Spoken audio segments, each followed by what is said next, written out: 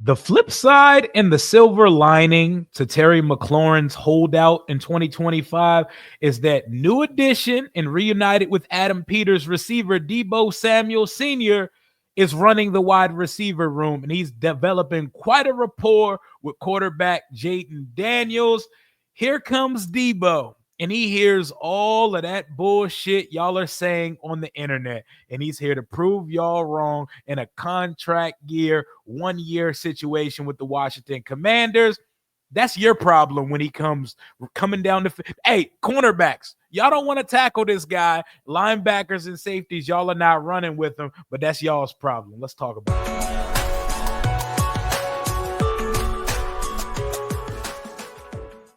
What's going on and what's good, Washington Commanders Nation? It's your boy Rio Robinson, back with the latest and greatest on the Rambling with Rio YouTube channel, where we ramble about our Washington Commanders. Today is off day for the team. The squad will be resting, recovering, and recuperating because tomorrow fans are back in the building. If you, like myself, are going to be there, let me know in the comments. But back together Sunday in the NFL. Washington will be welcoming the fans back at Ortho Virginia Training Center at Commanders Park, where they pushed practice up. Practice will now be starting at 8 a.m. instead of 9 a.m. So the time that the gates open up in the parking lot, push it back 1 hour because they're trying to get ahead of the heat, the humidity, and the devil's ball sack type heat that they're going to be expecting in the area. It feels disgusting outside today. So you know why they're doing that. So set them alarm clocks and get up nice and early. I'll be out there. If you see me in Lil Rio at camp tomorrow, pull up on us. Let's talk, let's chat, and let's watch a good practice. But I want to talk about Deebo Samuel today. I want to talk about his impact, and we're going to make some statistical predictions for the 2025 season because I think Deebo Samuel is going to look great in Washington. I think we're going to use the hell out of him. I think he's going to be this offense's workhorse in a multitude of ways. We've had so many guys come through this building where they say, he's Washington's Deebo. They're going to use him like Deebo Sam. We don't have to use the Temu version, the Sheen version, the Wish.com version of Deebo anymore because we got the real thing in the building. 29 years old and ready to prove the world, social media, and every naysayer that has something to say about his weight, his speed, etc. And he sees all of that shit.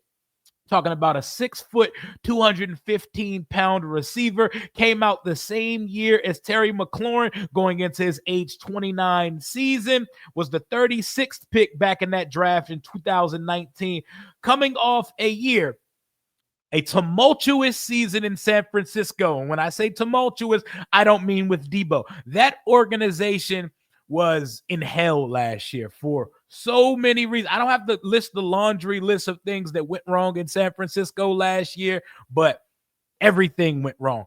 Everyone was injured. Deebo had pneumonia at some point of the season and was in the hospital for a couple days. I had pneumonia during the season last year. All I do is ramble in front of a microphone, and I was shut down for a little bit. So I can imagine how pneumonia could affect a top-level athlete like Deebo Samuel. But Washington trades for this guy in the offseason for a fifth-round pick. The second big trade of the third, because we got Laramie Tunzel around free agency, but Washington has been going for it under Adam Peters. Who drafted Deebo Samuel in San Francisco?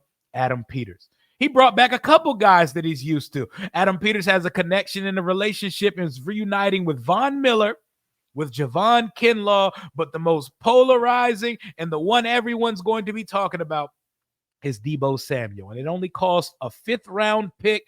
And when Washington restructured his contract for this year, they're paying him $17 million, less than $20 million. And after this year, there's nothing. So this is a prove-it situation for a guy who hears the chatter, who sees the discourse every day. He's fat. He's overweight.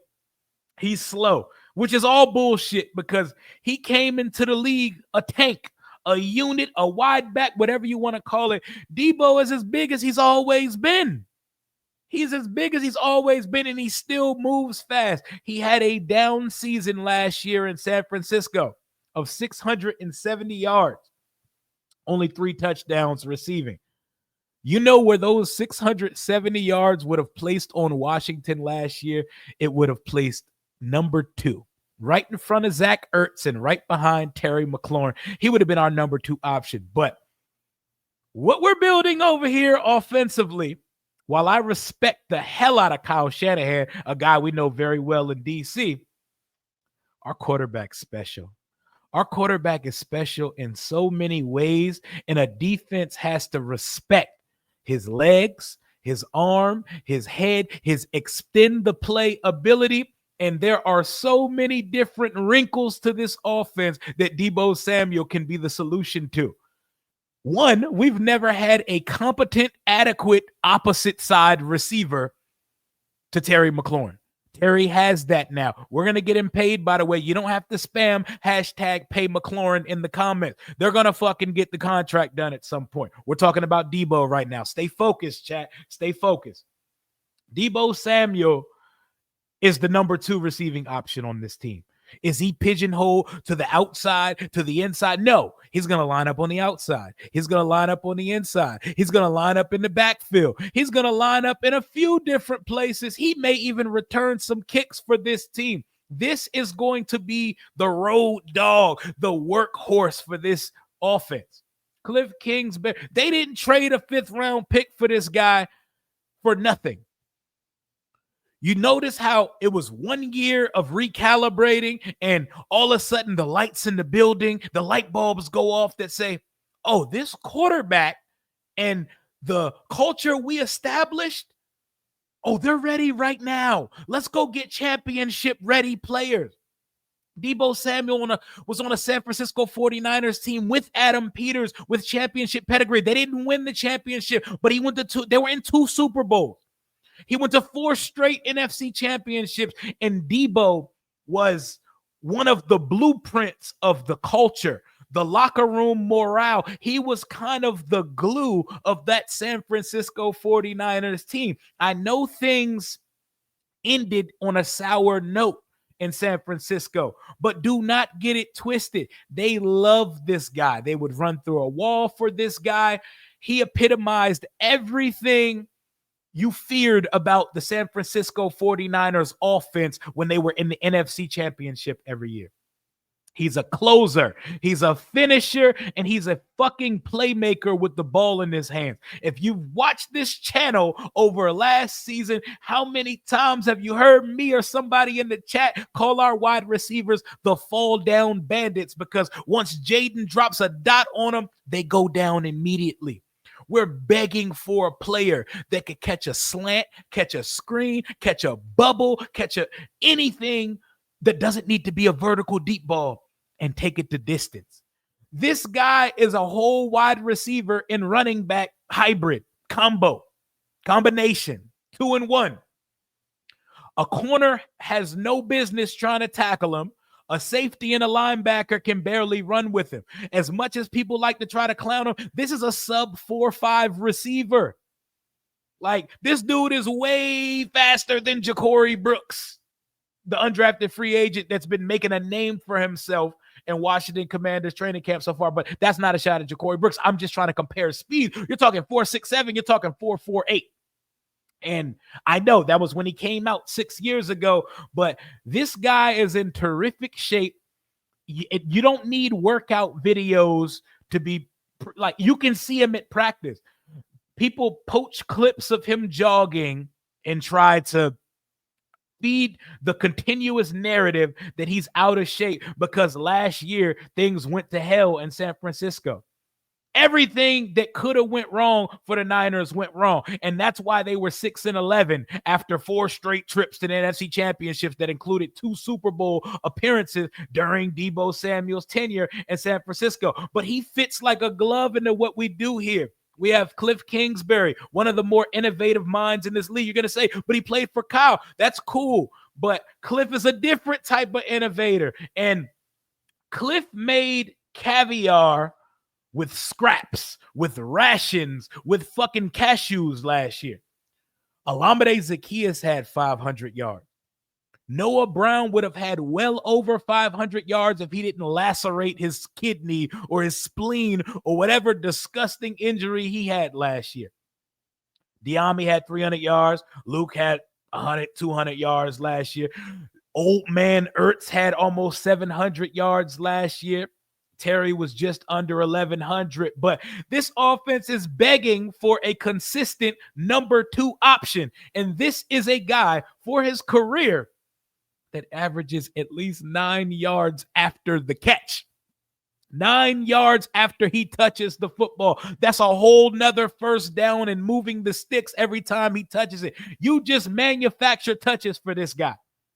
And it definitely helps his case that there's no clear Batman in our running back room, because he's going to get a couple hundred rushing yards and a few rushing touchdowns as well. Talk about business decisions, like when a corner's out in the open field and has to tackle this locomotive coming at you full speed. Imagine the business decisions that the defensive end is going to have to make when we pull out the triple option, the speed option with Jaden. With Deebo Samuel, Jaden, Jalen Lane, Ja'Cory Krosky Merritt. Oh, my God. Pick your poison. The quarterback could take it the distance. Deebo could take it the distance. And before y'all say, Deebo not taking it, watch Deebo in San Francisco again. He's been a big play waiting to happen his whole career. While he's only caught 9 or 10 vertical over 25-plus yard passes in the air, he takes shit to distance. What? Just go isolate Deebo's highlights versus the Dallas Cowboys and versus the Philadelphia Eagles, and you'll see illustrated in vivid imagery exactly what I'm talking about. He's a big play guy. He's a showstopper. He's a closer. He's a culture setter, and they loved him. He was the embodiment of that entire offensive philosophy they had over there in San Francisco. This is not some scrub or some washed degenerate that we brought over to DC. We brought a baller in the building. And if off Deebo gave the Niners 670 last year, you already know them numbers are going up in DC this year. So let's make some statistical predictions for Deebo Samuel in the 2025 season. Starting with, drum roll, 58 catches for Deebo Samuel, 890 yards and 7 receiving touchdowns. I'm going to call that out one more time. I got Deebo getting just under 60 catches for 890 yards, which is around 15 yards a catch. You better watch what this boy do. You better watch what he's done his entire career. He's going to be put in places where he's in the open field and someone got to tackle him with a full head of steam. Good luck with that. 58 catches, 890 yards, 7 touchdowns. That is my prediction for him receiving. Rushing, 217 yards, something slight, couple hundred yards, 3 rushing touchdowns. So I got 10 total touchdowns for Deebo Samuel.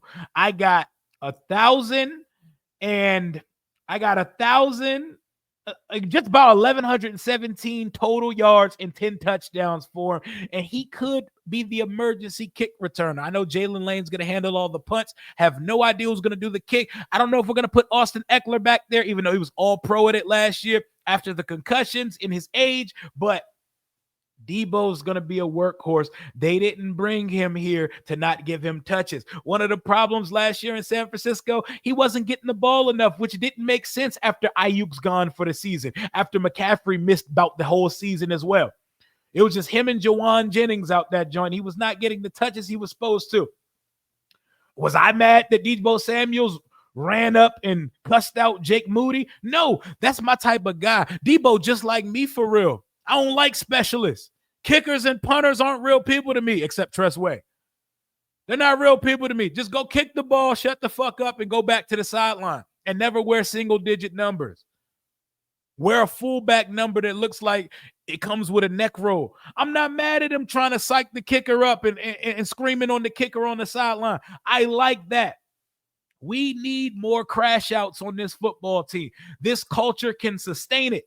Everybody on the team cannot be Terry McLaurin. Everybody on the team cannot be a choir boy. We need some YNs on this team. We need some YN crash out energy. If you know what that means, keep following. If you don't, it's all good. But we need that here. We need dogs. And we need players that are ready to go, that have been there and that have smelled the mountaintop, but have not yet got to the peak of it. And Deebo Samuel's been to multiple Super Bowl. He's been to multiple NFC championship games. That boy ready to go. That boy is ready to go. And he's playing with a top 5 quarterback in the NFL. That is the one thing. You can say whatever you want about Deebo Samuel. This ain't Purdy. And Brock Purdy's a fine quarterback.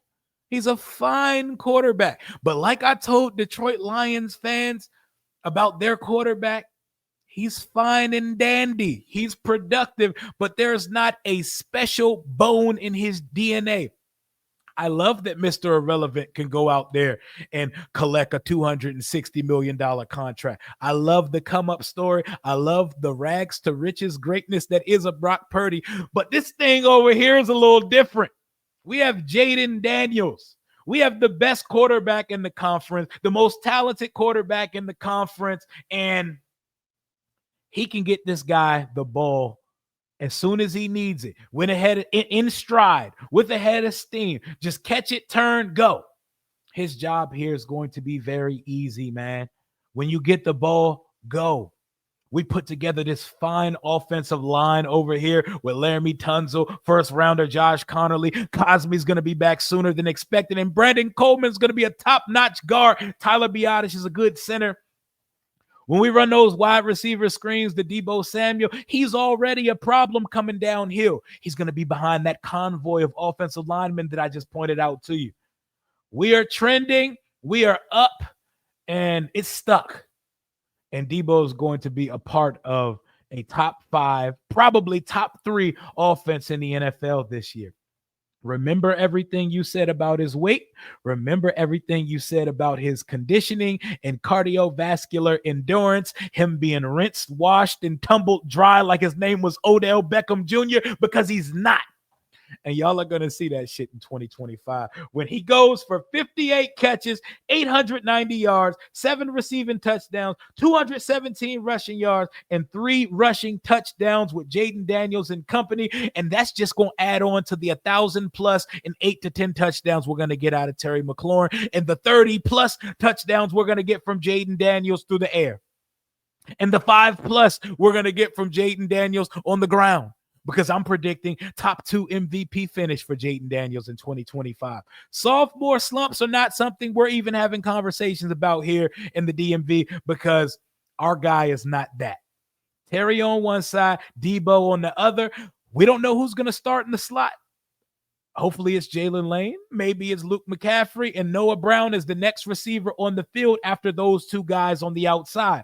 But I see nothing but space, time, and opportunity. And with Terry on his holdout, he's getting all the chemistry and synergy with the quarterback and the rest of the guys out the way. He's going to be fully acclimated when 17 gets back. We're going to have co-leaders in the room, and good luck to all defenses seeing this Cliff Kingsbury, Jaden Daniels led offense in 2025 when Demon Deebo is coming for your bike. You better tuck them chains in, because Deebo's coming. That's all I got for right now. I will be out at training camp in the morning, guys. Practice starts at 8 a.m. sharp. Be hydrated. It's going to be hot. It's going to be humid, and there's going to be a lot of people in the building. The parking situation is probably going to be a mess. You're going to want to get there early. I'm probably showing up at 6 a.m. with my boy. My son will be with me. My boy Dom and his pop's going to be up there. My boy Stunner going to be in the building. And you know what I'm going to do? Because you know when I'm at training camp, boots on the ground, word to Stunner, I'm going to be recording. I'm going to be vlogging as much as I can of practice clips for y'all. Practice clips and fan interaction and what the environment and atmosphere is like for everybody who couldn't attend. Rio vlogs are back on the channel as of tomorrow evening, and there will be some type of recap of practice. Defense got after the offense yesterday, so I expect Jaden Daniels to be on his P's and Q's and putting on a goddamn show for the fans in attendance for Back Together Sunday. But that is all I got for right now. Hail to the Washington Commanders. If you see me at camp tomorrow, pull up on me and let's snap us a flick or something. Oh, we're getting closer and closer to joint practices, preseason, and then the start of the 2025 regular season. Deebo is coming. Tuck them chains in. That's all I got. Until next time, Commander Rio, out.